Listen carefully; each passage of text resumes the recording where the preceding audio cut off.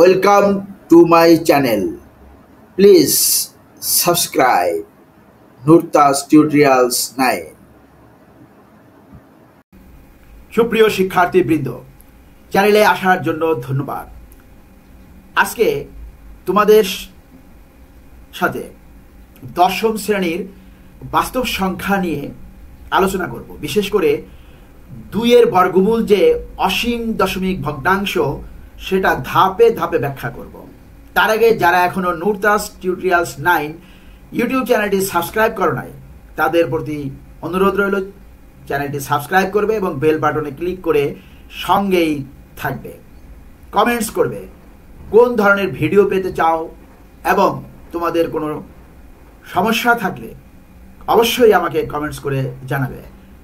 আরও কি করলে ভিডিও উন্নত হবে সে ব্যাপারেও পরামর্শ দিবে।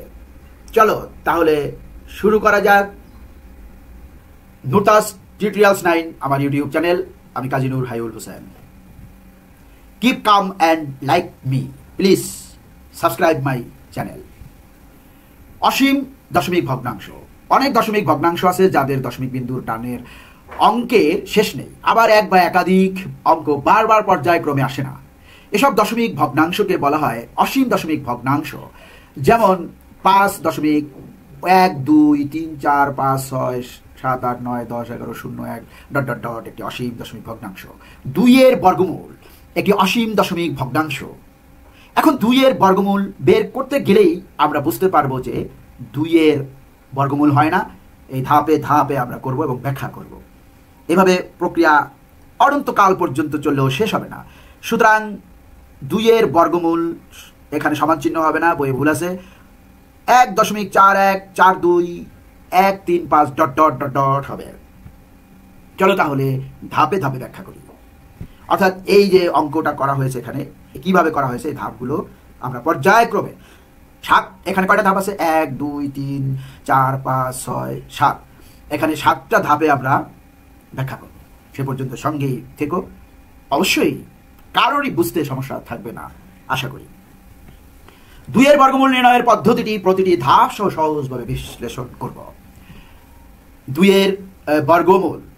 এর বর্গমূল ভাগ প্রক্রিয়ার মাধ্যমে নির্ণয় করার জন্য আমরা যে ধাপগুলো অনুসরণ করব সেই প্রক্রিয়াটি কখনো শেষ হবে না, কারণ 2 একটি অমূলদ সংখ্যা।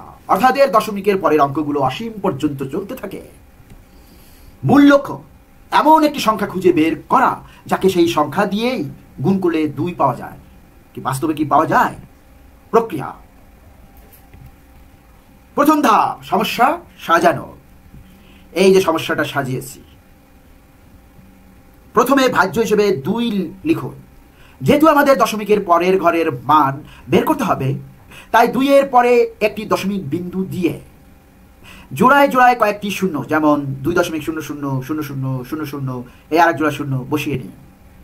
দশমিকের পরে অসংখ্য শূন্য বসানো যাবে, তাতে এই 2 এর মানের কোনো পরিবর্তন হবে না, কিন্তু এই ভাগের জন্য সুবিধা হবে। ডান দিকে খাড়া দাগ দিয়ে ভাগফল লেখার জায়গা তৈরি করুন। এখানে এই খাড়া দাগ দিয়ে এখানে ভাগফল লিখবেন। তবে আমি এই রেখার উপরে ভাগফল লিখব। ধাপ 2, প্রথম ভাগফল নির্ণয়। এমন একটি সংখ্যা খুঁজুন যার বর্গ 2 এর সমান বা তার থেকে ছোট। এক্ষেত্রে সংখ্যাটি হলো 1, কারণ 1 গুণ 1 সমান 1, কিন্তু 2 গুণ 2 সমান 4, যা 2 এর চেয়ে বড়। এই এক সংখ্যাটিকে ভাজক এবং ভাগফল উভয় স্থানে লিখুন। এটা ভাজক, এটা ভাগফল। ভাজ্য 2 এর নিচে 1 লিখে বিয়োগ করুন। অর্থাৎ এই ভাজক আর ভাগফল গুণ করলে হয় এই ভাজ্য এককে 1। এখানে এই ভাজ্য 2 এর নিচে লিখে বিয়োগ করলাম। বিয়োগফল 2 থেকে 1 গেলে থাকে 1। ধাপ 3, নতুন ভাজ্য ও ভাজক তৈরি। বিয়োগফল 1 এর পাশে দশমিকের পরের 1 জোড়া শূন্য, এই জোড়া শূন্যকে এখানে নিয়ে আসি, নামিয়ে আনুন। এখন দেখুন ভাজ্য হলো 100। ভাগফলের স্থানে থাকা 1কে দ্বিগুণ করে 1 গুণ 2 সমান 2 নতুন ভাজকের বাম পাশে বসা।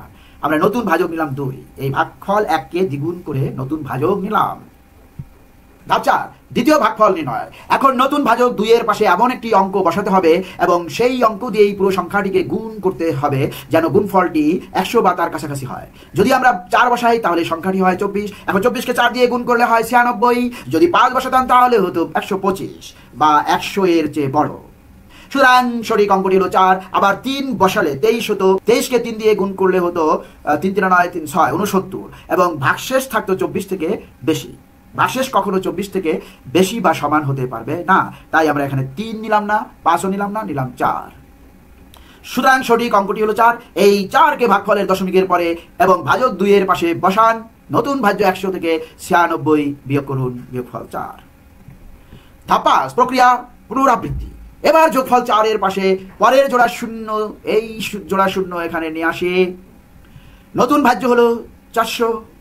বর্তমান ভাগফল 14 কে এই 14 কে দ্বিগুণ করে পাই 28, এখানে নিলাম 28। এই 28 কে নতুন ভাজকের বাম পাশে বসান। নতুন ভাজক এর আগে ছিল 24, এখন হলো 28। এখানে একটা গ্যাপ চিহ্ন দিয়েছি কারণ এখানে একটা অঙ্ক নিব পরের ধাপে। ধাপ 6, তৃতীয় ভাগফল নির্ণয়। 28 এর পাশে এমন একটি অঙ্ক বসাতে হবে এবং সেই অঙ্ক দিয়ে পুরো সংখ্যাটিকে গুণ করতে হবে যেন গুণফলটি 400 বা তার কাছাকাছি হয়। যদি 1 বসাই তাহলে হয় 281 গুণ 1 সমান 281। যদি 2 বসাই তাহলে হয় 282 গুণ 2 সমান 564, যা 400 এর চেয়ে বড়। সুতরাং সঠিক অঙ্কটি হলো 1। 2 বসানো যাবে না। এই 1 কে ভাগফল এবং ভাজক 28 এর পাশে বসাই। এই যে ভাজক 14 এর পাশে বসাইলাম 1, নতুন ভাজক এবং 28 এর পাশে বসালাম। এখন ভাগফল হলো 1.41। 400 থেকে 281 বিয়োগ করি, বিয়োগফল পেলাম 119। শেষ ধাপ 7, প্রক্রিয়ার আবারও পুনরাবৃত্তি। একইভাবে বিয়োগফল 119 এর পাশে পরের জোড়া শূন্য, অর্থাৎ শেষ জোড়া নিয়ে আসলাম। 119 এর পাশে পরের জোড়া শূন্য নামিয়ে আনুন। নতুন ভাজ্য হলো 11,900। বর্তমান ভাগফল 141 কে দ্বিগুণ করুন, তাহলে হয় 282। আর 282 পাশে 4 বসালে হয় 2824 গুণ 4 সমান 11,296। এই 4 ভাগফলে বসান এবং 11,900 থেকে 11,296 বিয়োগ করুন, তাহলে বিয়োগফল হয় 602। এই প্রক্রিয়াটি চলতেই থাকবে এবং কখনো শেষ হবে না। সুতরাং 2 এর বর্গমূল হলো একটি অসীম দশমিক ভগ্নাংশ। ফলাফল 2 এর বর্গমূল, এটা প্রায় চিহ্ন, সমান চিহ্ন হবে না, এটাকে বলে প্রায় চিহ্ন, প্রায় 1.4142 এইভাবে প্রক্রিয়া অনন্তকাল পর্যন্ত চললেও শেষ হবে না। সুতরাং √2 এখানে সমান লিখেছে, হবে প্রায় চিহ্ন। 1.414213 একটি অসীম দশমিক ভগ্নাংশ। তুমি 4 ঘর পর্যন্ত করলেই, দশমিকের পরে 4 ঘর পর্যন্ত করলেই যথেষ্ট। ধন্যবাদ যারা ভিডিওটি সম্পূর্ণ দেখলে। তোমাদের কেমন লাগলো সেটা জানালে আমি আরো উৎসাহিত হব, আরো বেশি বেশি সমস্যা নিয়ে তোমাদের সামনে হাজির হব, আলোচনা করব, বিস্তারিত ধাপে ধাপে ব্যাখ্যা করে দেখাবো। যারা নুরতাস টিউটোরিয়ালস 9 ইউটিউব চ্যানেলটি সাবস্ক্রাইব করেছো তাদের প্রতি রইল অনেক শুভেচ্ছা। আজকে তাহলে আসি, আবার কোনো সমস্যার সমাধান নিয়ে তোমাদের সামনে হাজির হব। সে পর্যন্ত সবাই ভালো থাকো, সুস্থ থাকো এবং নিরাপদেও থাকো। মনে রেখো, গণিত মুখস্থ করার বিষয় নয়। আল্লাহ হাফেজ।